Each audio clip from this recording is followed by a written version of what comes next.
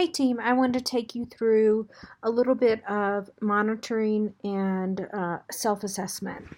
And the main goal of monitoring internally is to essentially avoid problems down the road. As we mentioned before, there's the big A, which is the big audit, and then there's the little audit. And little audits occur in-house within the program, and they are designed to keep you out of trouble or at least help you build the documentation that you will need in the event that you have to have an external audit. An external audit can be initiated by the program or the program manager, or it can be something that's external to the program. So you want to make sure you have everything ready to go. Let's say, for example, you get a request for an audit from either the foundation that you got funding from, or the corporate giver that you got funding from, or say the federal government or the state and local agencies.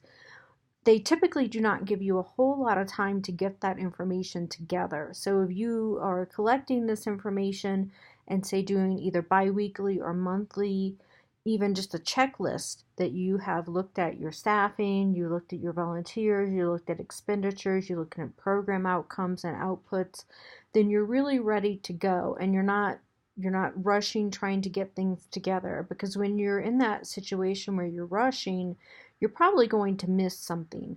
And missing something could uh, result in you losing funding. It could be that you get penalized for something, and those are not things that you want to happen.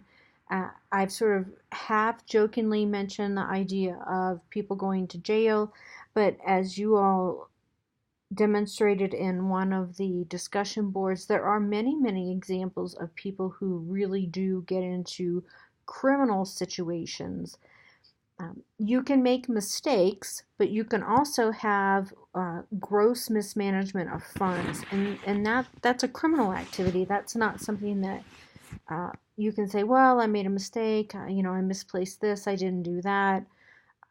When it gets to a certain point, then you really are going to be getting into some trouble. So I have this little PowerPoint, and I just want to show it to you real quick. Let me go into the slideshow, and we'll go through some of the points. I'm not going to go through all of them because you can look through them yourselves. This was done by the University of Colorado. I would like to say that we have a very, very good system in place for our grant managers and program managers to stay on top of things. We have what's called a triple system, so that not one person gets to sign off on something. It's signed off, then it's double checked, and it's signed off, and then it's triple checked, and it's signed off. And then we have about 6 or 7 different certification processes where we have to go back and double check our own work. So we really take a lot of steps to keep ourselves out of trouble. And as a grant manager, I would recommend this to you always, to even if it's just something simple, literally as a checklist that you keep a copy of in a folder so that you have it and you can go back to an auditor and say, hey, look, on April 1st, 1989, I went through this with my staff and we addressed each of these issues. We found some problems in this area, and these are the corrective action steps that we took. That you just don't understand how far that can take you. So let's go through a couple of these slides real quick. So there are always rules. Like I said, there are rules within rules within rules. You have the very broad federal rules. Those don't always apply to you, although most agencies adopt them. You have state laws. These are legal issues. That's where the criminal issues can come into play.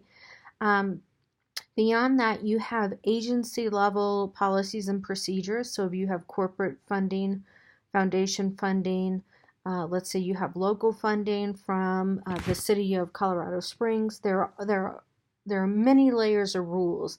And as the grant manager, it really is your responsibility to make sure that you adhere to each and every one of those. That can be quite difficult. As I mentioned once before, I myself got into a little bit of trouble because I simply missed a rule that was very clear. And when you have, a 400-page document that includes every single rule that you have to apply to, then it can be difficult, but it is still your responsibility. So these are all the rules that could apply to you. Internal controls. This is really where I want to focus your attention in terms of the grant management. What happens outside of your grant, either at the funder level or at the state level or at the federal level, those things are in some sense beyond your control. You can certainly put in measures and practices in place that assure those funders that you are doing due diligence and beyond to make sure that you are good stewards of their money, that you are running good programs, that you are making sure that you are staying up with your staff, your policies, your procedures, your facilities, so on and so forth.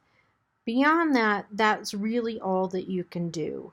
Sometimes the federal government, for example, or even at the state level or at the city level, they may just say, okay, we're going to stop and we're going to audit every single program that we fund. There is no safeguard against that. You can do everything that you possibly can, and it's not going to save you from an audit. But those measures that you take will help you in the event of an audit. It's going to make it much less likely that you're going to incur any kind of problems. It's going to make it a lot easier for the auditors. So it's in your best interest to make sure those safeguards are in place. So how do we monitor our grants? These are some of the things that you want to look for. You want to provide reasonable assurance regarding the achievement of objectives. That is one part of it. So objectives is really what you're trying to achieve with the program. But beyond that, there are many other aspects of a grant we've talked about before. There's money. Money is a really big issue. You want to make sure that your operations are both efficient and effective. That means that you're not spending money where you don't need to spend money, that you're utilizing resources outside of the funder, if possible. This would include things like volunteers. Also that you're reporting. Again, this goes back to that monitoring issue. You can literally take a sheet of paper, type out some things that you want to monitor on a monthly, weekly, biannual basis, and keep track of that. It's not enough to just go through it. You want your whole team to sit down and look at it and then sign off on it. And this is really important. If you, as the grant manager, just sign the form, well, that's great. But if you have your entire staff sign off on it and say, hey, we went through each one of these things, we identified some areas that we have some growth potential, then that's a stronger argument than if just the grant manager signs off on it. And obviously the compliance with laws and regulations. I recommend that you do this at least every couple of months. You can condense it down for your staff, but say, hey, take a look at this. Make sure that we're doing everything that we need to do. And if you could put your signature on it and turn it in to me at a certain time, keep this documentation in a safe place. Your computer is not a safe place. We've all lost computers. Keep this on a backup. Actually keep it backed up in 2 or 3 places. And if you can, keep those paper copies in a fireproof safe. And then control is pretty simple. This is something that you do in-house, that you do on your own without any, no one's forcing you to do it.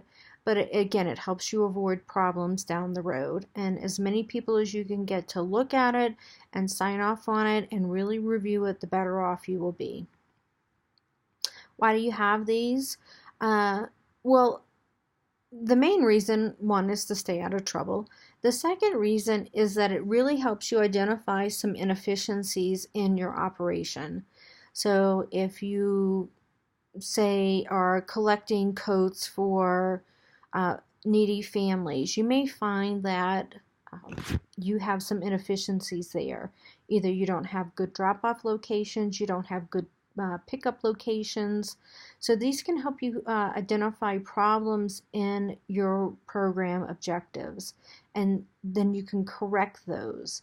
If you don't know about them, you can't correct them. So that's a really important component of internal controls. Also, internal controls provide very reliable information about money. Again, I cannot stress the importance of money. So have someone that you trust, not just trust, but have a second person you trust and a third person you trust, and then look over it yourself. Make sure that it's an understandable format. There are lots of systems out there. A simple Excel file will do, but there are plenty of high dollar financial management systems. But at the end of the day, the money is probably what's going to get you into the most trouble, so you really want to pay attention to this. Also, internal controls helps you safeguard your assets and your records. Like I said, back up, back up, back up, keep a paper copy in a fireproof safe. If you have any assets, any kind of equipment, you want to make sure that that's safe and that no one can get to it. Another aspect of this is if you do this, if this is part of your philosophy as a program, it really permeates through every employee that you have. That this is not some fly-by-night operation or program. This is something that you're really, really invested in, and it tends to attract people who are also invested in it and who adopt these principles and these policies. And so you tend to surround yourself with very good people. And then finally, obviously, you want to comply with all regulatory agencies. Again, this can be kind of complicated. What I do when I'm a grant manager is I kind of assign different aspects of the regulations to different people. Then I have that double checked by a second person, and then we collapse that down or condense it down into something that we can monitor, say monthly or every other month or every 6 months. So these are all really good practices, and they really speak to the philosophy of the organization. Key control activities include approvals. I can't stress this enough. I've been in a situation where I had a very large grant and there was an approval process. Usually there is. It goes through certain channels. Like person one looks at it, they approve it, it goes to the next level, so on and so forth. In this particular situation, we had an individual who just approved things and it didn't go up to the next level for review or the level after that. I think in Unit 6, I posted an audit for you all to read. We got into a lot of trouble because of this. The approval process was not what it should be, and essentially the person who was writing the approvals or signing off on the approvals was stealing money. Now, had that gone on to the second, third, fourth, fifth layer of approvals process, that would not have happened. So this is really important that you set up a process for, okay, this person looks at it, they sign off on it. And it's really important that you have different kinds of people. So you have a finance person look at it, you have a programmatic person look at it, you have a management person look at it, maybe you have a board of directors, they look at it. So you have all these different eyes with a different set of expertise, and this will really save you in the end. Authorizations are another one. If you think of the military, you don't do anything without, an order. You don't do anything without an authorization. So authorization should happen before an activity occurs. It's not like, oh, I'm going to go do this site visit and then you're going to reimburse me. No, you get the authorization first, you do the site visit, then you get reimbursed. Everything has to be verified. Again, this is important that you have 2 or 3 people verifying. Reconciliations, this has a lot to do with budgets. So you want to take one set of eyes, look at the numbers, another set of eyes, and I can tell you from experience, you are going to find discrepancies. And when you do, truthfully, you panic because you don't really understand where the discrepancy might have happened. But that's okay. You just go back to square one and you start from, okay, this is step 1, this is step 2, this is step 3. So where are my differences occurring? And it's usually a very simple thing, and you just need to adjust for it and fix it. Performance reviews, again, very important. With all staff, you should have at least annual performance reviews. I would suggest that you have them There's a probationary period, say 1 or 2 months. Then you do a performance evaluation, and then say every 6 months after that. Um, in the program evaluations that I have done as a grant manager, I can tell you that employees are your greatest asset, and they are also a source of great problems. If you don't have an employee who's doing what they need to do and following the policies and procedures, that can really sink you. Because again, you can have an employee who's not doing what they need to do, but at the end of the day, who is responsible? The grant manager.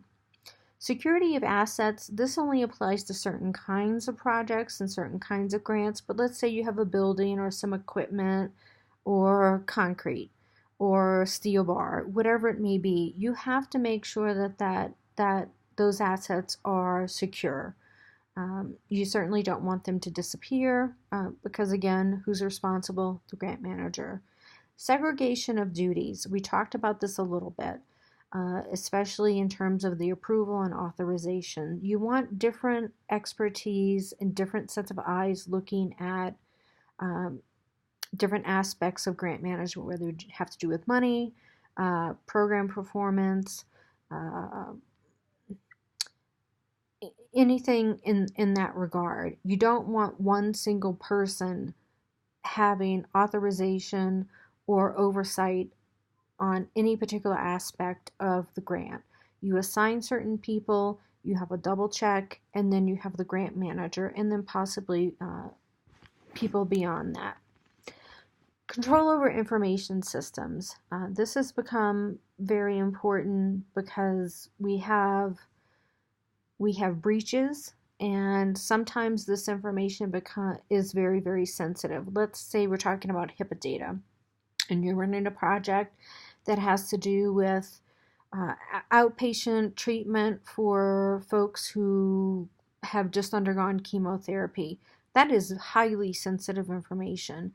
If you don't have controls in place, either firewalls or encryption, this definitely is a criminal issue. So make sure that you have information systems in place to track all of this. Now that's a worst case scenario, but let's say you're a small mom and pop, you got a $50,000 program to help